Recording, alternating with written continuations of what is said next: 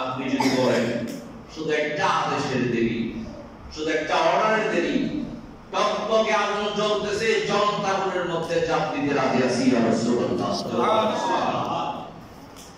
বলে পাহাড়ের মধ্যে যত উঁচু পাহাড় হোক না কেন, ইয়া রাসূলুল্লাহ, আল্লাহ বা আপনি রাসূলকে রাজি করার জন্য সেখান থেকেও চাপ দিতে রাজি আছি। যদি বলেন সুবহানাল্লাহ। এইভাবে আমার একটু শরীর পড়ে আল্লাহুম্মা সাল্লি আলা সাইয়্যিদিনা মুহাম্মদ ওয়া আলা আলি সাইয়্যিদিনা মাওলানা লা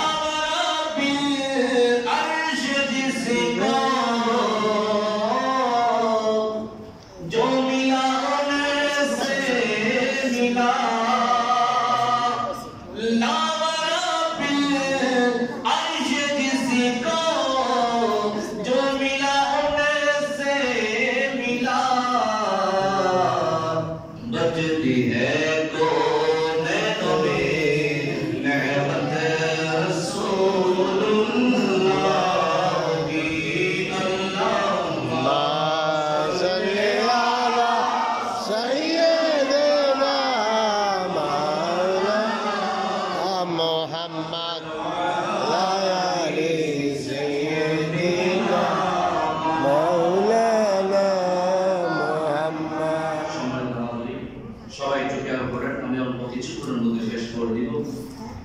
বদরের যুদ্ধ যখন যাচ্ছেন, বদরের প্রান্তরে যখন গেলেন, তখন আমার রসুলের পক্ষের সাহাবী ছিল 313 জন। কতজন? 313 জন। আর ওদিকে কাফেরের পক্ষে আবু জাহেল, উতবা, শাইবা, আবু লাহাব, তাদের পক্ষে ছিল 1000-এর বেশি। আমার রসুল ওনাদেরকে দেখে আল্লাহর কাছে ফরিয়াদ করলেন, আল্লাহ, আমরা তো সংখ্যায় অনেক কম, আমাদের চেয়ে 3 গুণের চেয়ে বেশি কাফেরদের সংখ্যা।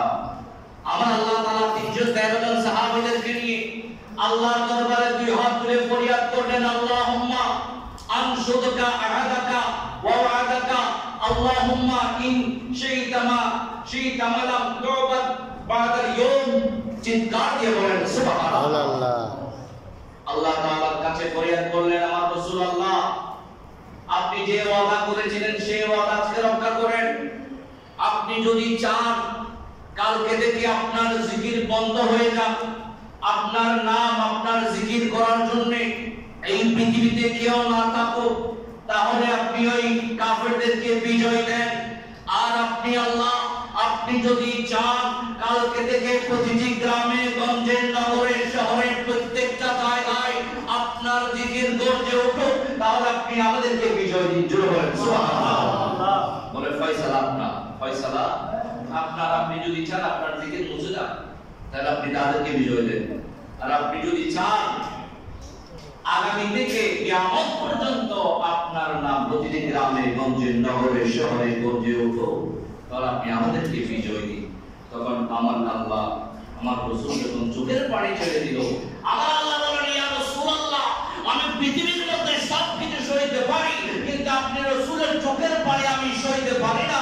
এই কারণে আমার আল্লাহ জিবরিল আমিনের মাধ্যমে খবর পাঠালেন, বলে আমার রাসূলকে বলেন, আমার রাসূল যেভাবে চায় কালকে সেভাবে বিজয় হবে। জোরে বলেন সুবহানাল্লাহ।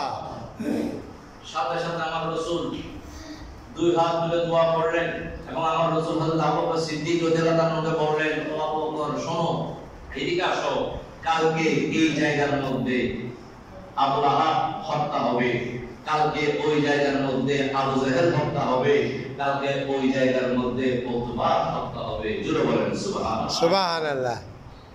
তাহলে আমার রাসূল যে ইলমে গায়ব জানে, সেটা অন্যতম একটা দলিল বদর। জোরে বলেন সুবহানাল্লাহ।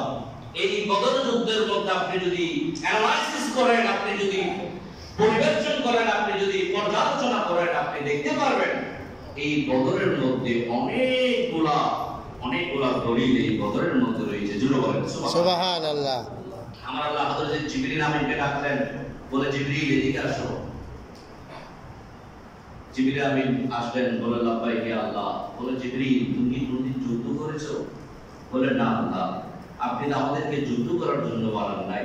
যুদ্ধ কিভাবে করবো? বলুন, যুদ্ধ করি নাই। তখন আমার আল্লাহ ডাক দিয়ে বলল, জিবরাইল, তোমাকে যুদ্ধ করার জন্য বানানো হয় নাই, কিন্তু আমার হাবিবের কিবরিয়া যখন চোখের পানি ছেড়ে দিয়েছে, আমি আল্লাহ সব কিছু সইতে পারি। আমার হাবিবের কিবরিয়ার চোখের পানি আমি সইতে পারি না।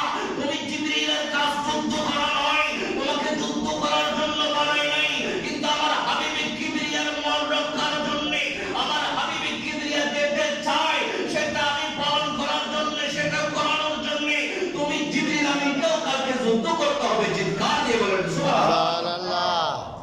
বলে তোমাকে যুদ্ধ করার জন্য বানাই নাই, কিন্তু আজকে সমস্ত নিয়ম শেষ, আজকে পরিবর্তন করে দিব। যেখানে আমার হাবিবের মুস্তাফা চেয়েছে সেখানে আমি আল্লাহ সেটা দিব না, এটা হতে পারে না। তারপর দিন কোরআনের এক আয়াতের তাফসীরের মধ্যে আছে 3000, অন্য আয়াতের তাফসীরের মধ্যে আছে 5000 আসমানি ফেরেশতা হযরত জিবরিল আমিনের নেতৃত্বে আসমান থেকে জমিনে নামিয়ে দিয়েছেন হাবিবে মুস্তাফার পক্ষে যুদ্ধ করার জন্য। জোরে বলেন সুবহানাল্লাহ। এখানে একটা কথা খেয়াল করুন, হযরত জিবরিল আমিন উনি চাইলে 1000 নয়, কোটিকে চাইলে একটা পাকার থাবা দিয়ে শেষ করে দিতে পারে। জোরে বলেন ঠিক কি না? আমার আল্লাহ একজন দুইজন পাঠান না কেন, 100-200 পাঠাই না কেন, আমার আল্লাহ বলে যদি আমার হাবিবের কিবরিয়া যেখানে উপস্থিত থাকবে সেখানে একজন দুইজন পাঠালে সেটা রেলি হবে না, 100-200 পাঠালে সেটা মিছিল হবে না, 1000-2000 পাঠালে সেটা জুলুস হবে না। এই কারণে আমি আল্লাহ আমার রাসূলের সামনে 5000 আসমানি ফেরেশতা জমিনে নামিয়ে দিয়ে আমার হাবিবে মুস্তাফার জুলুস কায়েম করে দিয়েছি। চিৎকার দিয়ে বলেন সুবহানাল্লাহ। যুদ্ধ হয়ে গেল। যুদ্ধ চলতে চলতে হযরতে ওকাস রাদিয়াল্লাহু তাআলা আনহু একজন সাহাবা, উনি যুদ্ধ করতেছেন ভাঙা একটা তলোয়ার নিয়ে। তলোয়ার তেমনে নাই, তারপরে যেটা আছে সেটা একদম ভাঙা। যুদ্ধ করতে করতে সেটাও ভেঙে গেল। এখন তিনি তরবারির জন্য চলে এসেছেন রাসূলের দরবারে। জোরে বলেন সুবহানাল্লাহ। অথচ তিনি জানেন রাসূলের দরবারে কোনো ধরনের অস্ত্র নাই, কোনো ধরনের তলোয়ার নাই, কোনো কিচ্ছু নাই। এরপরেও সাহাবা রাসূলের দরবারে আসলেন, বলেন ইয়া রাসূলুল্লাহ, যুদ্ধ করতে করতে আমার তলোয়ার ভেঙে গেছে, আমাকে তলোয়ার দেন। তখন আমার রাসূল ওনাকে হাতের একটা খেজুরের ডাল ধরিয়ে দিলেন, বলে যাও কাছে এটা দিয়ে যুদ্ধ শুরু করে দাও। সুবহানাল্লাহ। দেখুন, যদি সাহাবী না হয়ে যদি অন্য কেউ হতো, যারা আজকে রাসূলকে বিশ্বাস করে না, আমি নাম বলতেছি না, এটা আপনারা জানেন, যারা রাসূলকে বিশ্বাস করতেছে না, রাসূলের কথা রাসূলকে নিজের মতো করে, ওই তো নাউজুবিল্লাহ তখন থাকতো, তখন বলতো হুজুর আপনি এটা কি করলেন? ওরা আমাদের সাথে 1 হাত 2 হাতে দাঁড়ানো তলোয়ার দিয়ে যুদ্ধ করতেছে, আর আপনি আমাকে খেজুরের ডাল দিয়ে যুদ্ধ করার জন্য, এটা কি কোনো কথা হইল? আওয়াজ বলে এরকম বলতো কিনা? যদি যারা বর্তমানে রাসূলকে নিজের মতো মানে, নিজের মতো বলে, ওই ধরনের কেউ থাকলে ওরা এরকমই বলতো। কিন্তু সাহাবী আমার রাসূলের উপর আস্থা ও বিশ্বাস নিয়ে ওই 1 হাতের খেজুরের ডাল আমার রাসূলের হাত থেকে নিয়ে বিসমিল্লাহ আল্লাহু আকবার বলে এটা উপর তুলে যখন যুদ্ধের ময়দানে চলে গেল, খোদা কি কসম, ওই 1 হাতের খেজুরের ডাল আর 2 হাতে তো আর 1 হাতের খেজুরের ডাল ছিল না, এটা 2 তারার তলোয়ার হয়ে গেল। চিৎকার দিয়ে বলেন সুবহানাল্লাহ। দিয়ে দিলেন কি খেজুরের ডাল, যুদ্ধের ময়দানে যেতে যেতে হয়ে গেল 2 তারার তলোয়ার। জোরে বলেন সুবহানাল্লাহ। আমার রাসূল চাইলে পারে কি পারে না? আরে আওয়াজ বলেন পারে কি পারে না? আরে কাতাদা ইবনে নুমান উনি যুদ্ধ করতে করতে ওনার চোখের মধ্যে কাফেরদের কোপ লেগে গেল। ওনার চোখের মধ্যে কাফেরদের কোপ পড়ার কারণে ওনার চোখ নিচের দিকে ঝুলে যাচ্ছে। তখন উনি ওনার পাশে সাহাবা ছিল, ওনাদেরকে বললেন, ও আমার সঙ্গী সাথী, আমার চোখের মধ্যে তো কাফেরের কোপ লেগেছে, চোখটা চিরে পড়ে যাচ্ছে, আমি এখন কি করব? আমার অনেক কষ্ট হচ্ছে।